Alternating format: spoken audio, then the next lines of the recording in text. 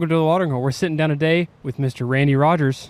How you doing today? I'm good. Happy. Been on the road all week. Yeah. Played last night with Parker.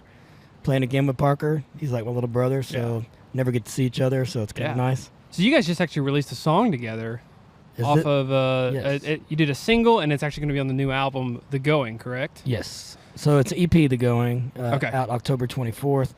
The song is called Is This Thing Working? And it's a song he and I wrote together. And first time we've ever collaborated. We've been friends for 14, I don't know how many years, maybe not 14, maybe 10.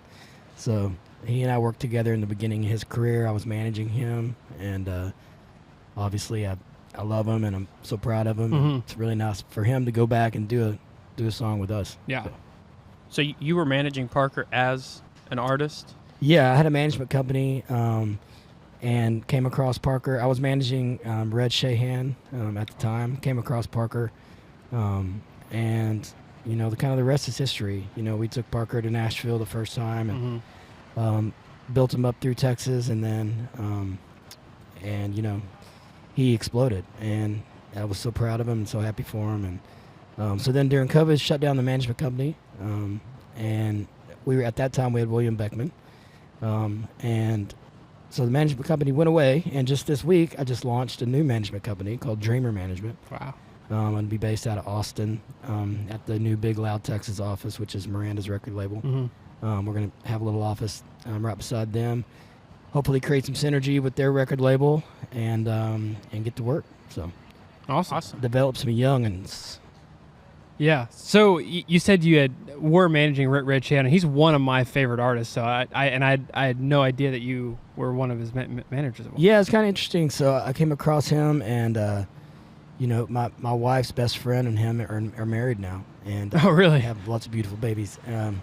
And so I worked with Red for 3 or 4 years in the very beginning of his career as well, and real proud of both those guys and William Beckman. So Yeah. I think I got a good picker. So Yeah, for sure. hopefully this next batch of everybody that we're going to work with, Hank Weaver, Ashton Naylor, and Cameron Albright, are the guys that I'm really excited about, that all came up through Cheatham Street Warehouse and came up through Open Mic Night where I started. And, and so trying to get them off the ground.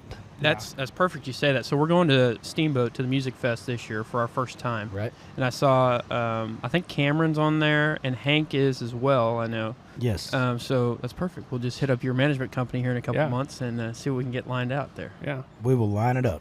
Perfect. You have my word. Yeah. It's funny you mentioned Red Shahan too, because Jagger really is he loves Red Shahan.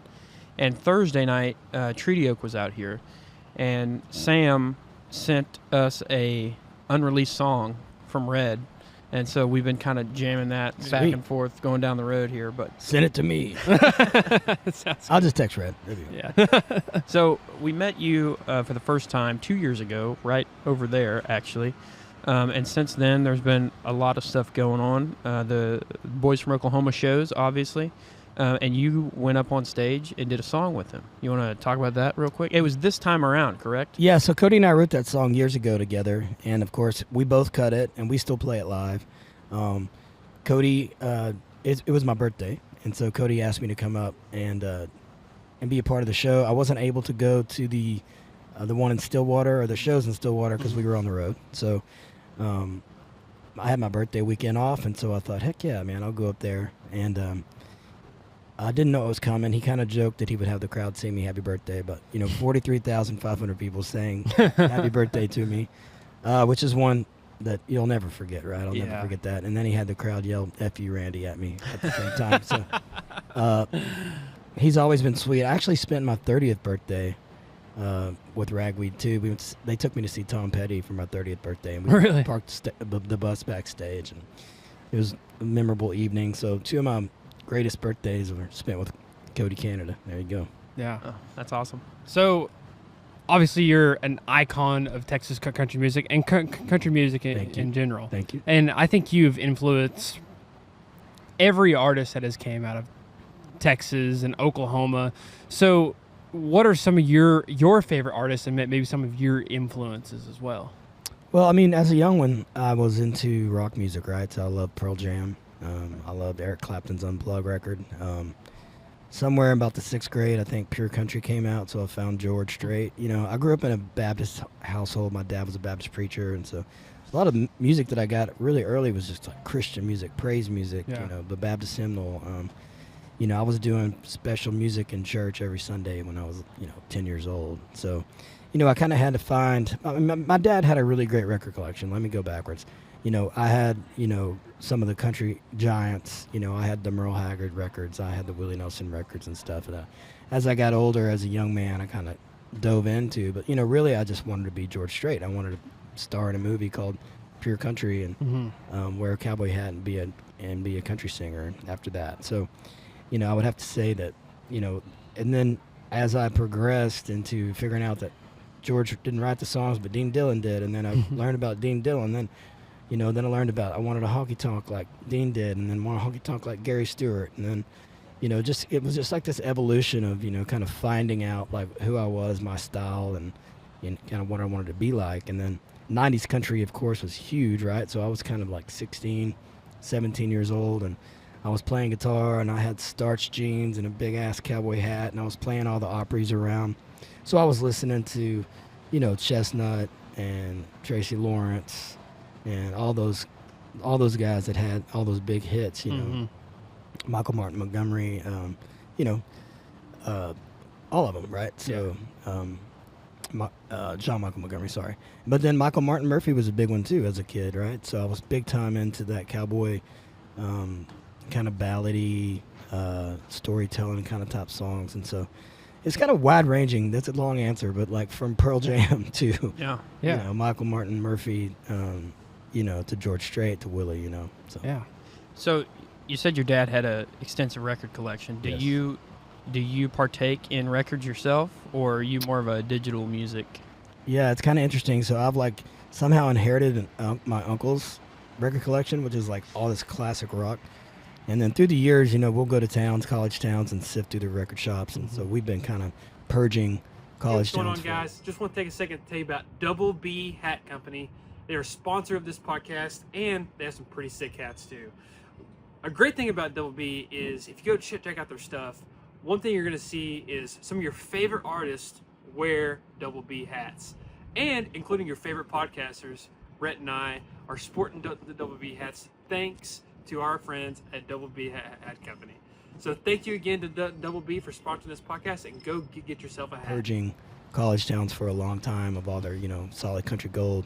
So, I have a wide-ranging record collection and a real nice office where I've got the players set up. And, most every week I go over and, I just really like don't even look and just grab one. And sometimes it's like Frank Zappa, and then the next time it's like, Willie and Waylon. So it's very interesting. Do you have one that like really stands out that you cherish? Like maybe you haven't even taken the plastic wrapper off of it. It's like one that you like really hold dear. Well, we always joke that like Beach Boys' Pet Sounds. Yeah. That record's sometimes hard to find if you don't have it in your collection. I encourage you to go find it. But just had all those huge songs on it and difficult to find. Really? Yeah. Is there a song that you've covered over the years at some point that was kind of like off the wall, like out of the genre? Well, yeah, I mean, I think that my cover of Come Pick Me Up, Ron Adams, drops the F-bomb quite a bit. And, it went kind of viral for me when people were like trading files back in the day online. Yeah. It kind of spread around. It was kind of funny. People thought it was my song. And I'm like, no. I actually ran into Ron Adams one night and told him, and he was like, yeah, whatever, But, Yeah.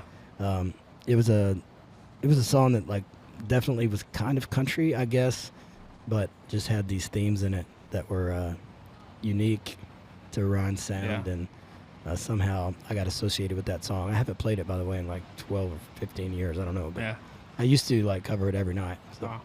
So I also want to talk about off of the singles that you've been releasing, the song "The Going." So I've listened to that song, and it's a lot of I don't know if there's a musical term for it, but it's like a lot of talking in the song, like with the instruments in the background, and you're telling a story. So can you talk to like what went into writing that story of the song? Yeah, Jed Hughes and Adam Wright and I wrote that song. We were over at Carnival Music in Nashville, and walked in, and Adam was playing this really crazy riff, and Jed and I have been working on, songs together, and he's producing my stuff now. Jed Hughes is a fabulous artist and guitar player and singer and just a wonderful human being. And he just has all these crazy ideas, and he's like, well, what if we write this kind of story song about this guy's spiritual awakening and his journey, right? And I think that, the story behind the song is just almost like a fable, right? Or a parable. It's just like, you think like you're doing all this work. You guys are here working. We're all here working, playing a show, and you think that there's some like pot of gold, right? At the end of the finish line, you think that you're actually going to be happy when you have 10 tour buses and 2 private jets. You think that if you have 20 number 1 singles, that's going to be enough, And the real truth is it's not, and it's never going to be enough. It doesn't matter what level you're on. The real, prize is getting there, the going, Yeah. And so in our song, the guy gets approached after his gig, and this dude's like, hey man, I need a ride, and they start smoking something. The next thing you know, he wakes up, and was it a dream? Did it really happen? He's not quite sure. Yeah. Yeah. Wow, that's great. That's a great run through of that song right there. We often talk about and it back to that song for a second. We talk about that, especially when we're at festivals or something like this. It's like, I mean, ideally, we want to talk to everybody on the lineup. We want to sit down with everybody and go through. But if you do that, or if we get like, oh, we've got to get so and so, well, we do that, and then after it's like, okay, well, now what? Now what's next? It's just like you're saying, the next thing.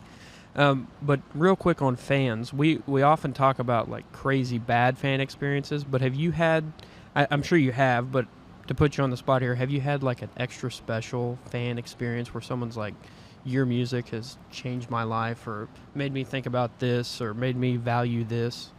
Yeah, it's a pretty heavy question, a heavy answer, but the flooding that we experienced in Texas, I had a gentleman call me who, I'll just say, just lost a lot and lost very close people to him, and in my song, "In My Arms Instead," meant so much to him and so much to his family, and I actually got to speak with him on the phone for several hours, and it was the hardest conversation maybe that I've ever had, and also like the best conversation, because it just reminds me that even as hard as the road is, and how sometimes you want to give up, and how sometimes you've had enough, that the music actually does move people, and it does speak to people, and it does help people. And so just recently, I was humbled and reminded yet again that the world is a much bigger place, and it doesn't revolve around me, Yeah. So. Yeah. I also want to take a moment here and thank you, because I'm not sure if you remember, but Born and Raised 2 years ago, we actually got a chance to sit down and talk with I you. remember. And you gave us a little bit of time, and I think you taking a chance on us has helped our podcast grow immensely. Like from there, I feel like we've been able to talk to a lot of people, and I really credit you to helping us jumpstart our podcast. So I just wanted to take a minute and thank you for taking a chance on us then and now. Because of my great answers? Yes, of course. My public relations degree and business minor? Yes, of course. As we wrap up here, do you have anything that you want your fans to know about that you've got coming up in the next few months? Yeah, there's a few more songs on the EP, The Going, that we're about to kind of release, and there's a focus track, and then there's a really great kind of two-stepping song on there, and excited for those songs to come out. Writing right now, and we're going to go back in the studio as soon as we have the songs. I've got, several now that I'm really excited about that, it's crazy because I write them and then I don't get to record them for like a year, right? It's funny, like sit on these songs. We're not even playing the songs on the EP yet that's about to come out, right? So just stockpiling songs and, still in the game and still making those records. I hope that people dance to, fall in love to, that, and just, the launch of my second opportunity to, give back to younger artists, and the Dreamer Management Company that we're launching October 1st, and those young guys, and trying to like coach them up and help them along the way, answer their questions, and point them in the right direction. It's something that I really like. It's something that I think I'm good at. It's something that excites me during the week. When things get boring and you're thinking too much. Now I'm gonna get to like sit down and have office hours and move all the pieces around. It's like a big, huge chess game. The music industry is so difficult, right? It's so hard to figure out, and I really enjoy that part of it. So I kind of have the right side of my brain and the left side of my brain working at the same time, I think, which is good for anybody. So. Yeah. And that's great too, because who knows better what the artist want or how it needs to be done than someone who's done it. Yeah, exactly. I think that's where I've never really thought about that, but I mean, it makes a lot of sense for that to kind of play out. I don't think you see that enough out there, Yeah, that's what I told him. It's what I told Parker back in the day. You can ask me anything. You can ask me about a bus lease. You can ask me about a van. You can ask me about a trailer. You can ask me about a sound guy, a light guy. There's not much that I don't think that I've been through. You can ask me about a record deal, a publishing deal, getting out of both of those, having to fire a band member, how to get sober, whatever, right? I mean, it could be how to break up with your lady, or what happens when she breaks up with you, right? I mean, it's like, I think it's all encompassing thing, right? Getting to know these young guys and just, trying to be a good mentor to them. So Yeah. Well, Randy, thank you very much again for taking some time to talk to us today. Absolutely. It's always a blast, and we're looking forward already to the next time. Yes. So thank you, sir. cheers, fellas. Thank you.